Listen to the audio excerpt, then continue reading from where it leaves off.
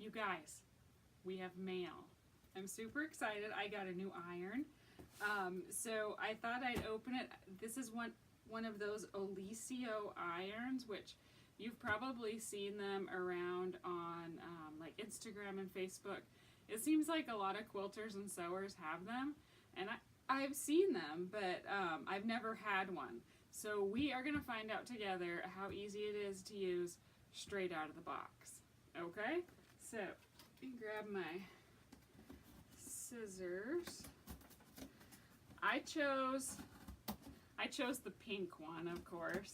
That's pretty predictable for me. I love pink. If I can get pink or aqua blue of something, those are my two go-to favorites. So these Oliso irons come in pink or yellow. The yellow one is actually really pretty too. I was kind of tempted by that one, just for something different to branch out, but I went with pink. Oh, I have the hiccups. Okay. Let's see.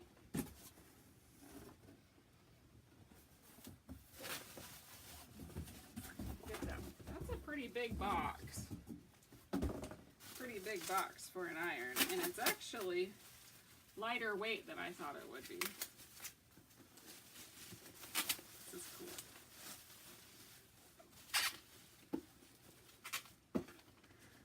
I don't know. I don't think we ever grow out of enjoying getting a package in the mail. I feel like a little kid on my birthday whenever something comes, even if it's something I ordered and I'm expecting to come. It doesn't take the fun out of it. So I'm glad that you guys get to open the mail with me today. Okay, my cute little Oliso iron. Let's see. It even comes in a pink box, which is super cute. I wonder if the yellow one has a yellow box. Either way, pink is cute.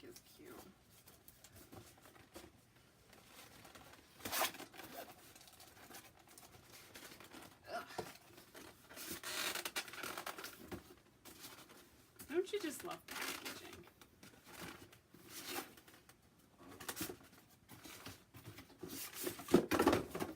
Okay, there goes all this stuff. Oh, it even has a little container for putting water in. I don't know if all irons come with that. I don't think my other ones have. So that's kind of cool. I filled up a cup with water to put here next to me already, so I'd be ready. But we have the cup for water. Let's get this thing plugged in. Oh my gosh. The first thing that jumps out at me is it's got an awesome long cord. Check out this cord, which I love because my sewing room is so crowded.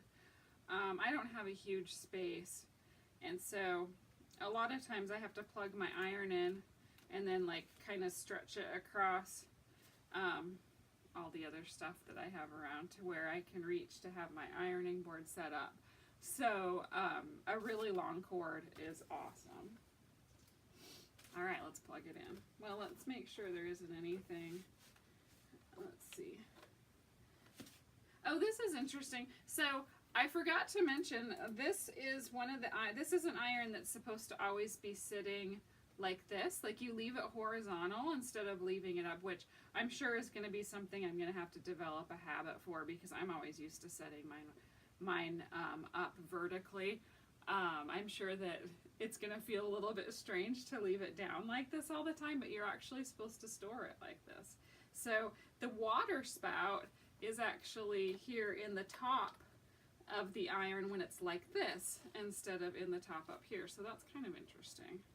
All right, so since the rules say I'm supposed to leave it vertical, or not vertical, horizontal, like this, I'll get it plugged in.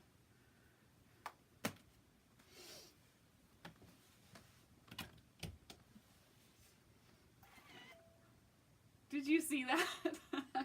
Okay, so when I plugged it in, if you missed it, it rose up all by itself. So it kind of has these little feet. Oh, there's a cover on it. Let's see. I better take that off. So there's little feet here, so let's try it again. Do you see how it rises up? So that's how it doesn't get overheated and burn something. It sits like this all the time, so you can just pick, and then let's see. When I pick it up, the little feet automatically go up. So how handy is that? Like, that's cool. Let's do it again. So it stores itself like that.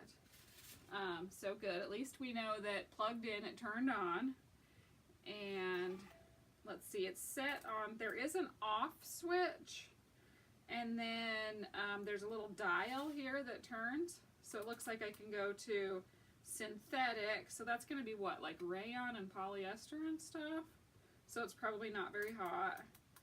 Here's wool and silk, so kind of your delicate stuff. Here's linen and cotton. That's going to be where it probably stays most of the time for me, because I don't iron my clothes. I only iron my quilting stuff. So, so yeah, it looks like the linen and cotton, I can feel it getting hot. The linen and cotton setting has the little steam poof illustration. So it looks like that's going to be for steam. And then you can turn it even a little bit further to where there's 3 little dots, and that's probably the hottest setting that it gets.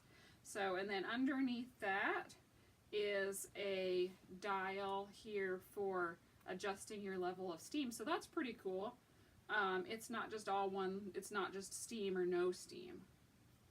So it looks like there's no steam, a little bit of steam, 3 bars of steam, or 4 bars of steam, which that's, oh, and it's getting hot. I can actually see it steaming a little bit already, and I can feel it. Okay, so let's put it down.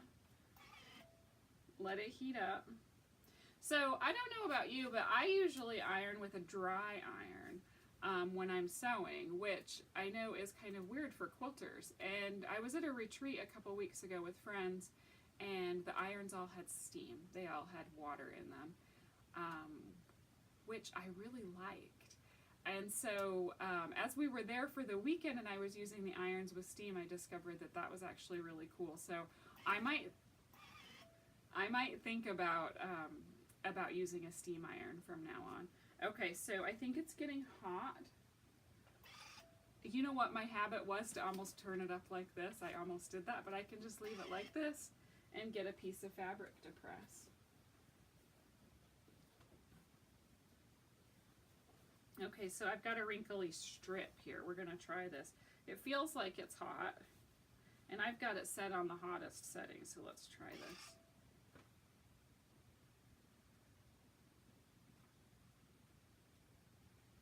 Oh my gosh. Oh, I got to leave it down like that. See, I told you it was going to take a minute. That worked. Oh my goodness. That was really good. This strip is perfectly flat, even with no steam. Like, that is pretty amazing. You probably can't tell so much in the video, but trust me, it was pretty crinkled and it was actually folded. I think this must have been a piece from the fold in the fabric, and just that second that I put it on there, it got it completely smooth that quickly. I can tell this is going to be something I'm really going to like using for my quilting. So I'm going to give it a try with steam here in a little bit once I get sewing. I bet it'll be even better. Heck, I could keep using the dry iron like I always have too. So it seems to work just as well. And I kind of like, oops, when I touch it, it thinks I'm going to use it, so it goes down. But I kind of like how it sits like this because I can just pick it up and press and then set it aside. And like, look how quick and efficient that is. So so far I'm thinking this is a pretty good deal. So definitely a happy mail day. So tell me what you think. Have you ever used one of these Oliso irons? And if so, do you have the yellow one or the pink one? And what you think of it, if you've been happy with yours, what features you like about it. So leave me a comment. I would love to hear from you, and let me know what you think, and I'll have to play with it a little bit and see if I like it for my piecing. All right, thanks for joining me today. See you later. If you're a colorful quilter, don't forget to hit the subscribe button so that you'll be notified whenever there's a new video. I'd love to have you join me and sew along.